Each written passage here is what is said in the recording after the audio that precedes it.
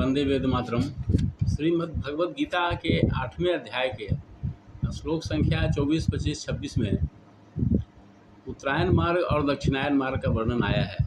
ये जीवों की गति के संबंध में है, लेकिन इसका सीधा अर्थ लोग यही समझ लेते हैं कि जो सूर्य के दक्षिणायन होने पर मरते हैं वे नरक में जाते हैं और जो उत्तरायण काल में मरते हैं वे स्वर्गलोक में जाते हैं या मुक्त हो जाते हैं। ये धारणा बिल्कुल गलत है। इसके संबंध में श्रद्धेय राम सुखदास जी ने बड़ा अच्छा वर्णन किया है कि मनुष्य की गति उसके कर्मों के अनुसार होती है।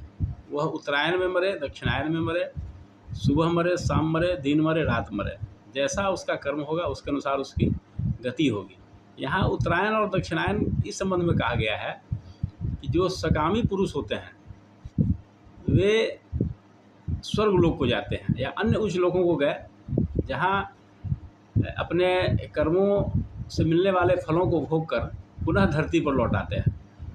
और एक मार्ग वो है जो केवल परमधाम की प्राप्ति के लिए चाहत रखते हैं, उनके अंदर कोई सकाम भाव नहीं है, वे मुक्त होकर के परमधाम को प्राप्त हो जाते हैं। ये उत्तरायण मार्ग हुआ।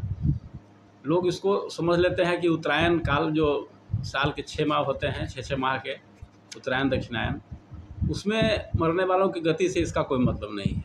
अब एक उदाहरण है, बहुत अच्छा उदाहरण, कि भीष्म पितामह जब सरसैया पर पड़े थे, इसको खूब गौर से सुनिए, तो उन्होंने उत्तरायण होने का इंतज़ार किया कि उत्तरायण होगा तब अपना प्राण त्यागेंगे। उनके हाथ की चीज़ थी प्राण त्यागना। तो फिर हुआ कि जब उन कर्मों के आधार पर गति होगी तो फिर इंतज़ार क्यों किए उत्तरायण में प्राण त्यागने का? क्या वे परमधाम जाना चाहते थे, मुक्त होना चाहते थे? नहीं, ये बात बिल्कुल नहीं है। ये भीष्म पितामह जहाँ से आए थे वहीं उनको जाना था। वे मुक्त होकर परमधाम जाने वाले नहीं थे। वे देव नामक देवता थे जो देवलोक से आए थे अपनी भूमिका निभाने के लिए, भगवान कृष्ण को सहयोग करने के लिए उनकी लीला में। तो उन्हें प्राण त्याग करके देवलोक जाना था।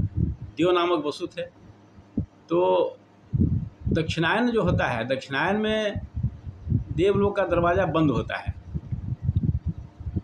तो अगर वे दक्षिणायन में प्राण त्यागते तो वे प्रवेश नहीं कर पाते देवलोक में, क्योंकि देवलोक में वो रात्रिकालीन अवस्था होती है और उस देवलोक का गेट बंद होता है।